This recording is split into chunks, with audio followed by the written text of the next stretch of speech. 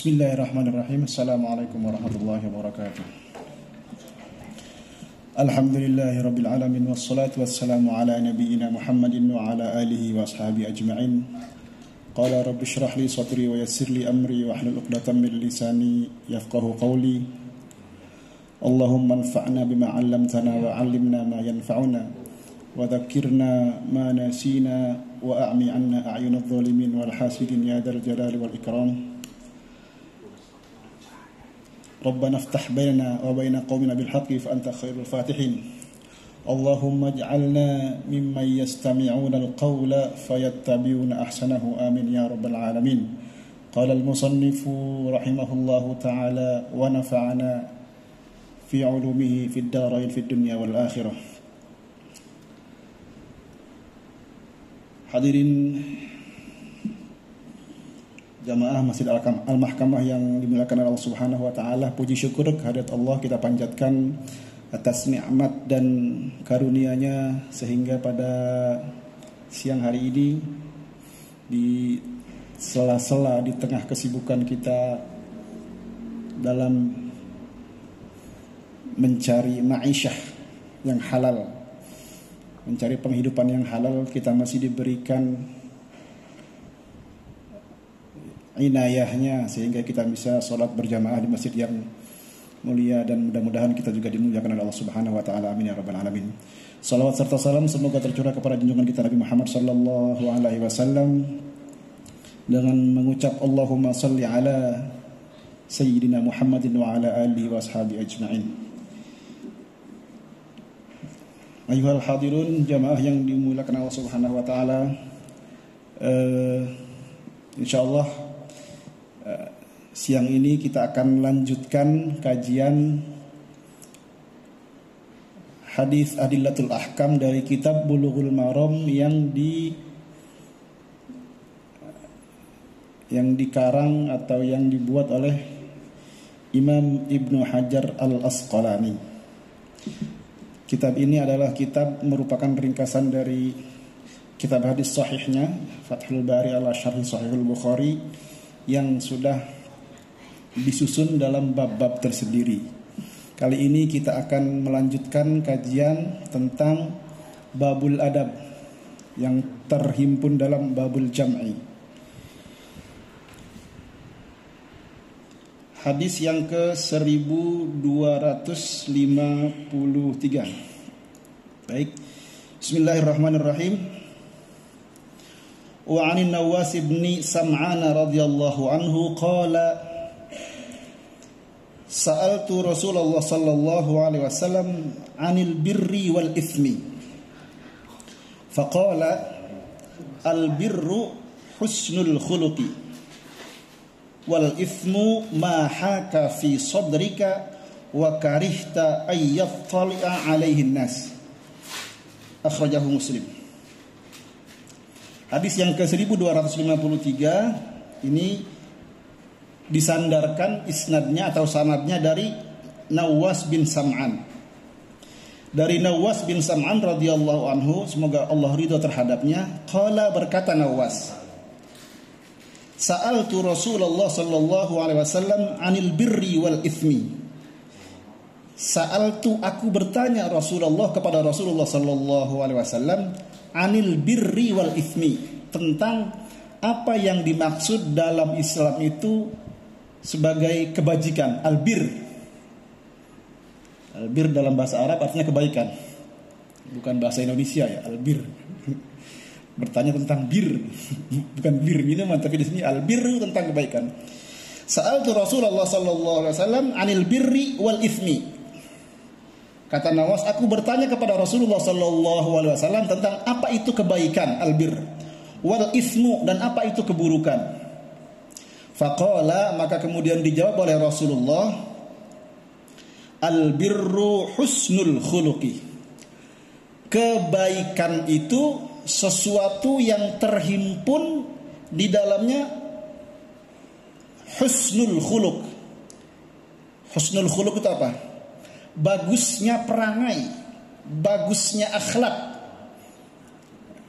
Bagusnya perangai, bagusnya akhlak, bagusnya kita bermuamalah, Al-birru husnul khuluq. Wal ithmu, sedangkan yang dimaksud keburukan dalam Islam itu apa? Mahaka fi sadrika, sesuatu yang mengganjal, sesuatu yang mengganggu fi sadrika, di dalam dadamu, kata Rasulullah. Nanti akan dijelaskan apa yang dimaksud mahaka fi sadrika itu. Wa karihta ayyattali'a alaihin nas, dan engkau tidak suka dan engkau merasa tidak nyaman. Wa karihta ayyattali'a alaihi annas, sesuatu yang ada itu tersiar, diketahui oleh orang lain. Jadi hadis ini kalimatnya sederhana, tapi syarahnya nanti akan banyak. Jadi dalam adab seorang muslim, kebaikan itu apa sih? Yang baik itu apa sih? Baik itu sesuatu yang secara mudah kita pahami. Kalau orang itu sudah akhlaknya baik, husnul khuluq, insya Allah maka kebaikan akan ada pada diri orang tersebut. Sementara keburukan itu sesuatu yang buruk, al-ithm, atau sesuatu yang berdosa, sesuatu yang dilarang, itu menandainya mudah saja. Mahaka fi sodrika, apa yang mengganggu pada di dalam dadamu. Wa karihta ayyattali'a annas. Sederhananya begini,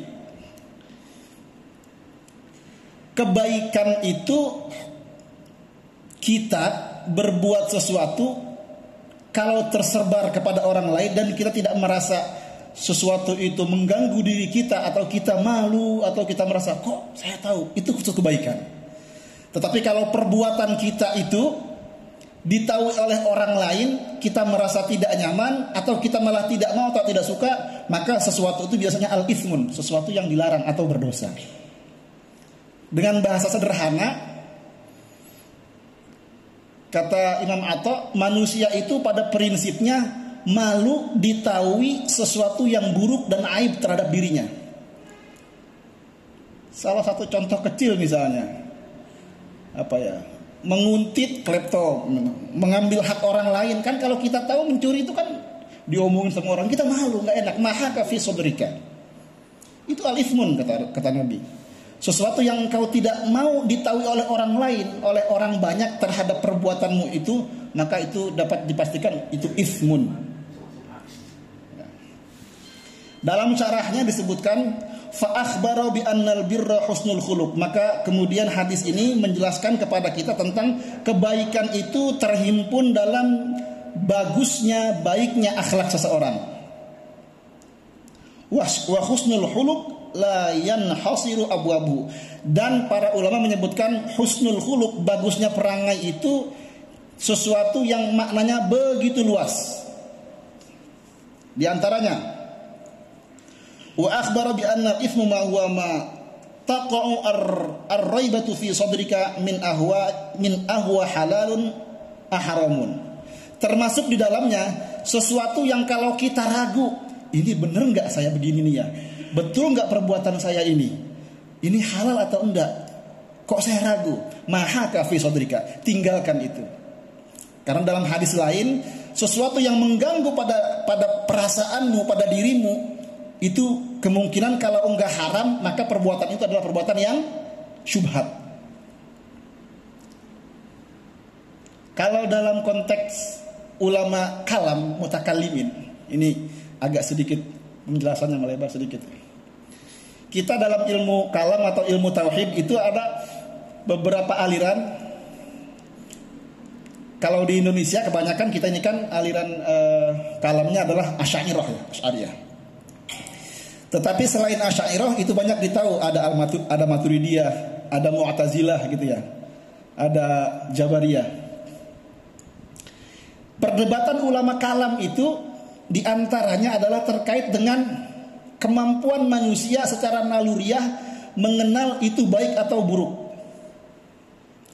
Kalau paham Mu'tazilah itu mengatakan bahwa manusia itu prinsipnya tanpa diberitahukan oleh wahyu, baik itu Al-Quran atau hadis ataupun dari ulama, prinsipnya manusia itu secara naluriah, secara fitrah, Dia tahu kalau perbuatan ini baik, perbuatan ini buruk, perbuatan ini dilarang, perbuatan ini jahat. Itu secara naluriah manusia itu sebetulnya ada.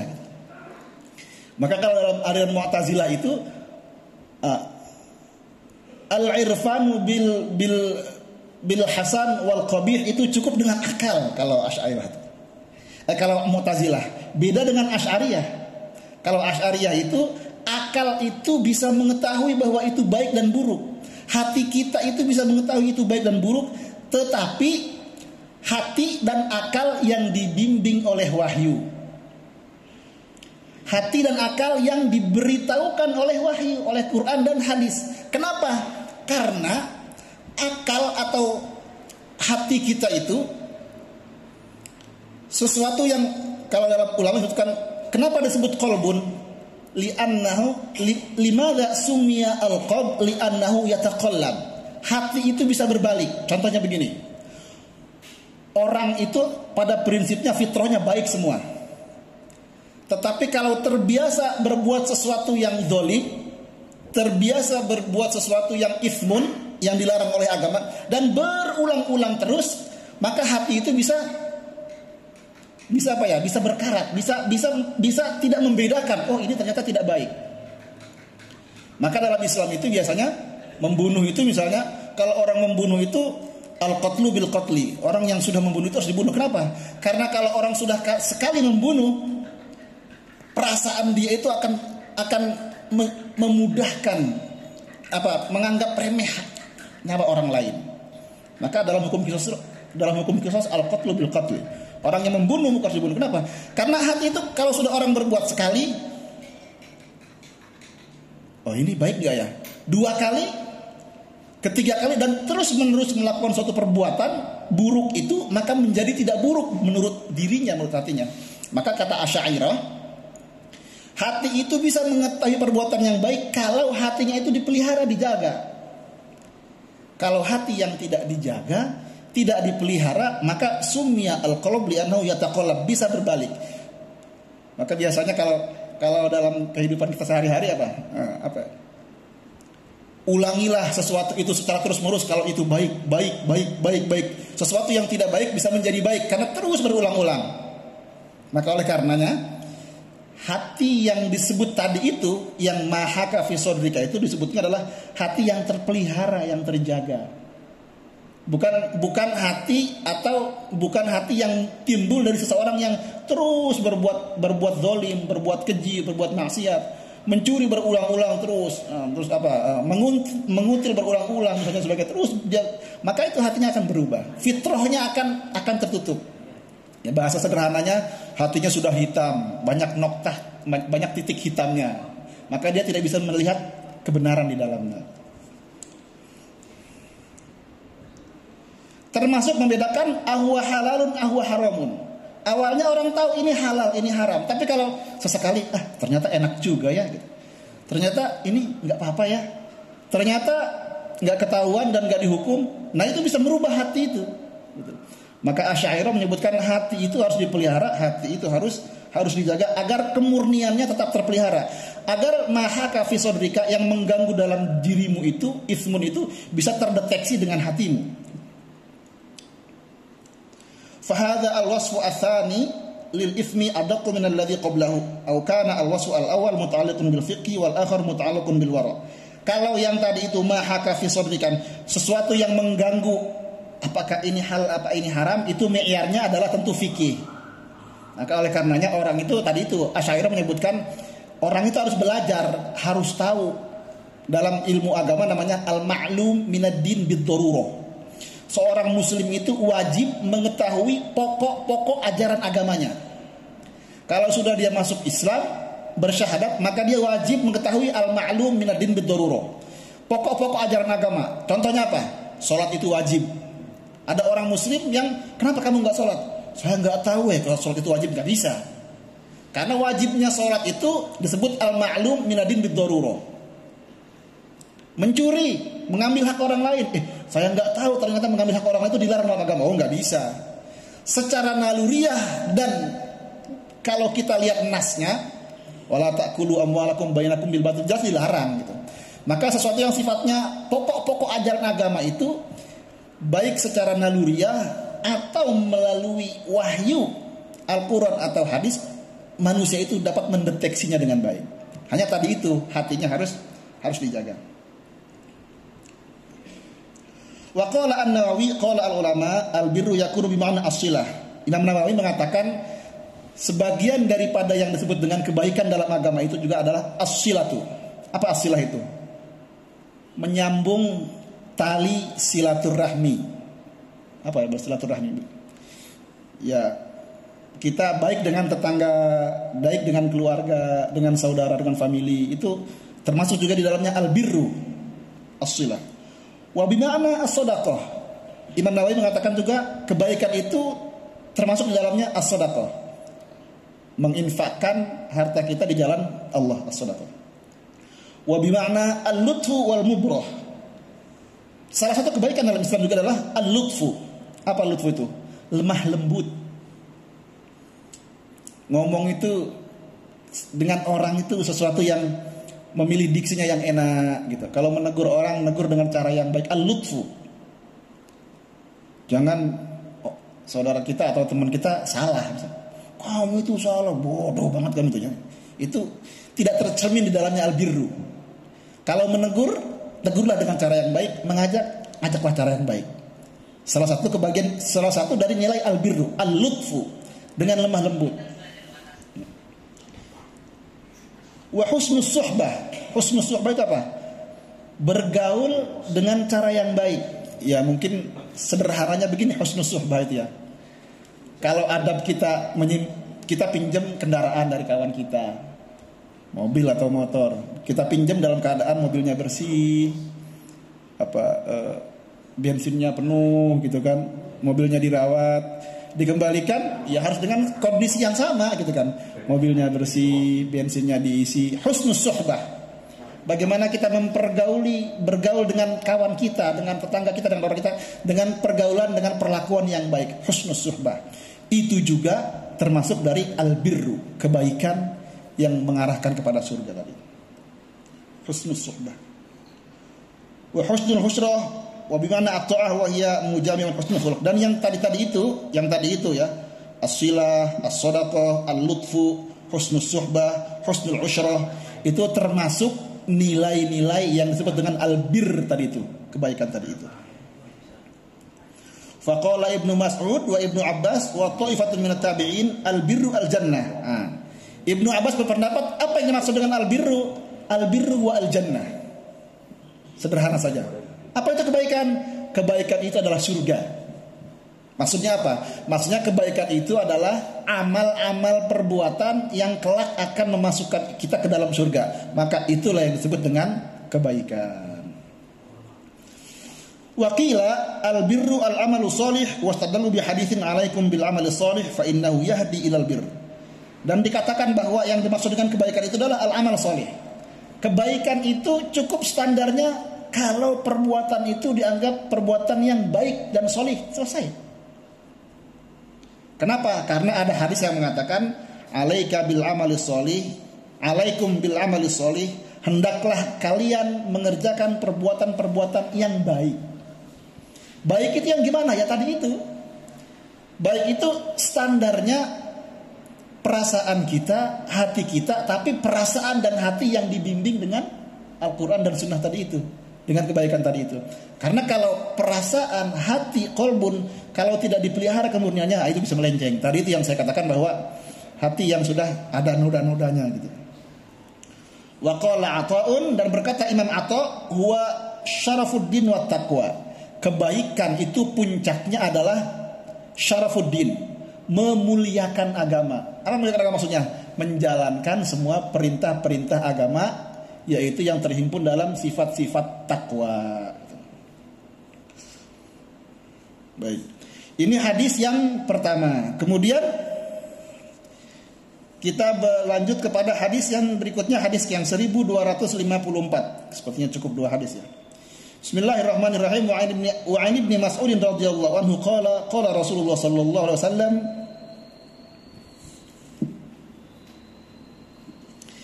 idza kuntum thalathatan fala yatanajathnani dunal akhar hatta takhtalitu bin nas min ajli anna dzalika yuhzinuhu muttafaqun alaihi wal lafdhu lil muslimin.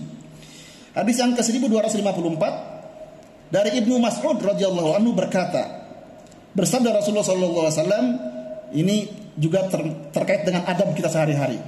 Idza kuntum thalathatan, apabila kamu berada dalam satu tempat dan kamu bertiga, fala yatanaja ithnani dunal akhar, maka janganlah engkau berbicara pelan-pelan. Yatanaja itu ithnani, berdua, dunal akhar, dengan meninggalkan yang satu itu. Hatta takhtalitu bin nas, kecuali takhtalitu bin nas, engkau bercampur dengan orang banyak. Min ajli anna dzalika yuhzinuhu, min ajli, karena sesungguhnya yang demikian itu yuhzinuhu, menjadikan sedih, menjadikan merasa terpinggirkan, merasa termarginalkan yang tadi satu orang itu. Muttafaqun alaih, hadis diriwayatkan oleh Bukhari dan Muslim. Ini juga termasuk adab kita di lingkungan, ketika kita bermuamalah. Kalau kita di satu tempat ada 3 orang, maka kita tidak boleh bicara berbisik-bisik, pelan-pelan, berdua saja, dan yang satu itu ditinggalkan. Kenapa? Karena ini menyinggung perasaan kawan kita yang satu itu, atau mungkin kita tidak kenal. Contoh sederhana di lift lah mungkin ya, kita di lift hanya bertiga gitu, bisik-bisik berdua. Sebetulnya nggak ngomongin yang satu itu, tapi adabnya dalam Islam itu tidak boleh. Karena itu bisa jadi menyinggung perasaan dia, atau mungkin jangan-jangan ini apa sih yang dibicarakannya. Jadi kalau bertiga tidak boleh, kecuali hatta takhtalitu binas, kecuali kalau bercampur dengan orang banyak. Maksudnya kalau 4 orang, 5 orang boleh berbisik-bisik. Tapi kalau bertiga, adabnya dalam Islam tidak boleh. Kenapa demikian? Katanya,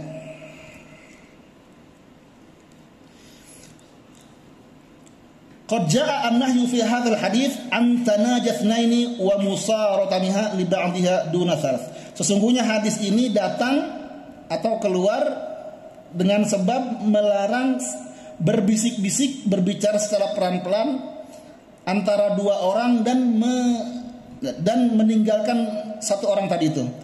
Illa ayyakhtalitu bin nas wa ja'a ma'anahu ta'liluhu.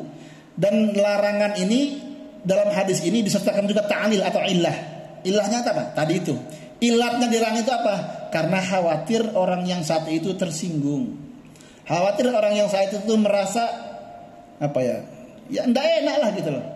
Bertiga, kok ngomong cuma ada bertiga, ngomong cuma berdua, berbisik-bisik pula. Itu salah satu yang dilarang dalam adab seorang muslim. An-nahyu an tanajasnani muhimman salasa faqat. La idza kanu aktsaru min salasa, kecuali kalau dalam keadaan banyak. Faqala jumhur ahlul ilm wa hadza an-nahyu yashmilu al-hadr wa safar. Ini larangan ini berlaku bagi dalam keadaan hadir di rumah. Misalnya kita bertiga, ada istri dengan anak, termasuk itu. Atau safar, dalam keadaan safar di mobil, di perjalanan, atau intinya dalam satu tempat. Ketika kita bertiga, maka kita tidak boleh berbisik-bisik, hanya dengan berdua saja. Kalau mau ngomong, yang ngomong saja keras gitu, supaya orang yang ketiga itu juga mendengar. Karena yang seperti itu menyinggung perasaan kawan itu. Itu hadis yang kedua terkait adab. Satu lagi yang terakhir mungkin, hadis yang 1255. Bismillahirrahmanirrahim. Wa Ibnu Umar radhiyallahu anhu qala Rasulullah sallallahu alaihi wasallam la yuqimur rajulu ar-rajula min majlisihi thumma yajlisu fihi walakin tafassahu wa tawassa'u. Ini juga adab yang diatur dalam Islam. Dari Ibnu Umar radhiyallahu anhu berkata, bersabda Rasulullah sallallahu alaihi wasallam, la yuqimur rajulu ar-rajula min majlisihi. Tidaklah seorang laki-laki itu memerintahkan atau menyuruh laki-laki lain untuk berdiri dari majlisnya, dari tempatnya itu. Thumma yajlisu fi, kemudian dia duduk di tempatnya. Apa ya, menggeser lah. Ada orang yang duduk duluan di satu tempat, kemudian disuruh berdiri, dia menempati tempat yang diduduki oleh saudaranya itu. La yuqimur rajulu ar-rajula min majlisihi thumma yajlisu fihi. Dia datang terlambat, nyuruh orang berdiri, tempat duduknya diambil, enggak boleh. Itu qalilul adab, su'ul adab.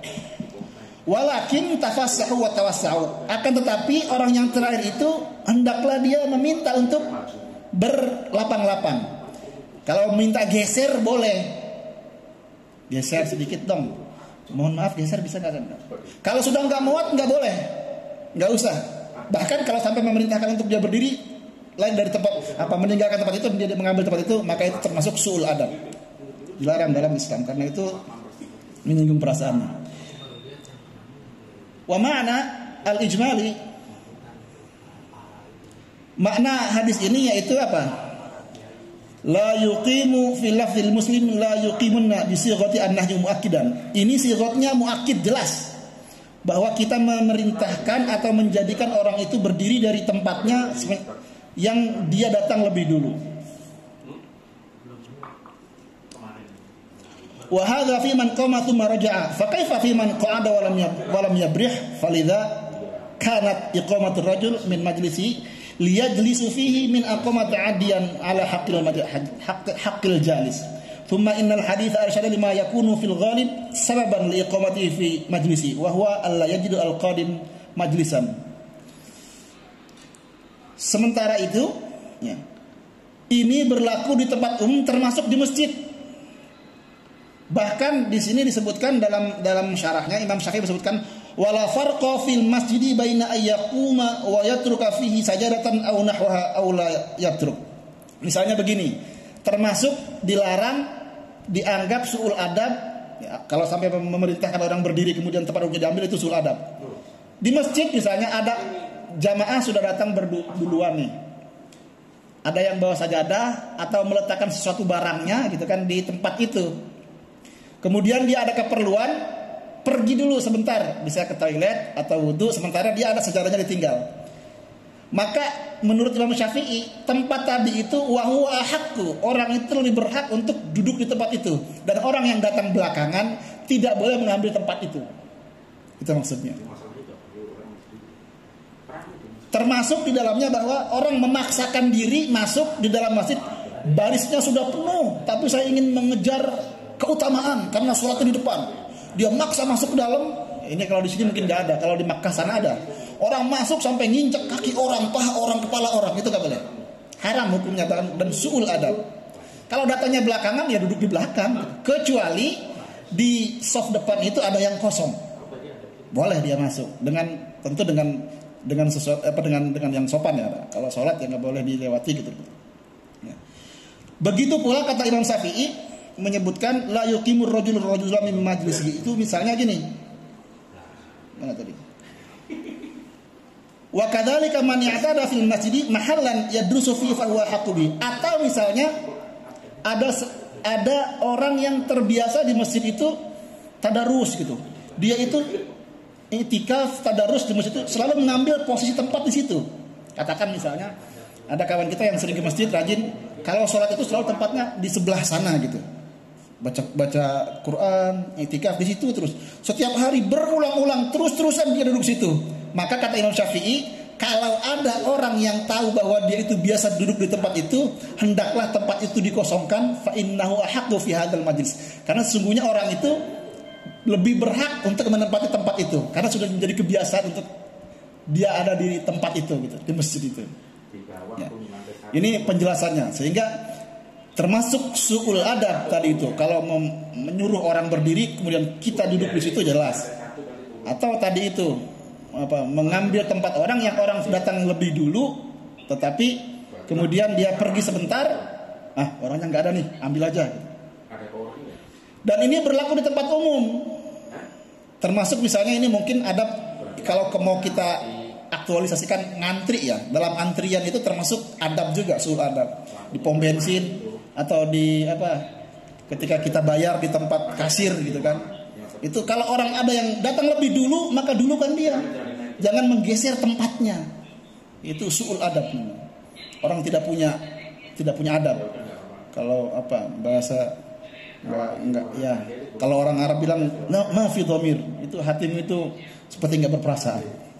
Bapak yang jamaah yang dimuliakan Subhanahu wa taala, mudah-mudahan ini bermanfaat. 3 hadis yang saya sampaikan terkait dengan adab-adab keseharian, mudah-mudahan kita bisa mengamalkan. Tidak ada yang baik daripada yang hadir di majelis ini, yang menyampaikan dan yang mendengarkan, kecuali mereka yang mengamalkan apa yang disampaikan ini. Aqulu qauli hadza wastaghfirullahaladzim wa lakum. Wassalamualaikum warahmatullahi wabarakatuh.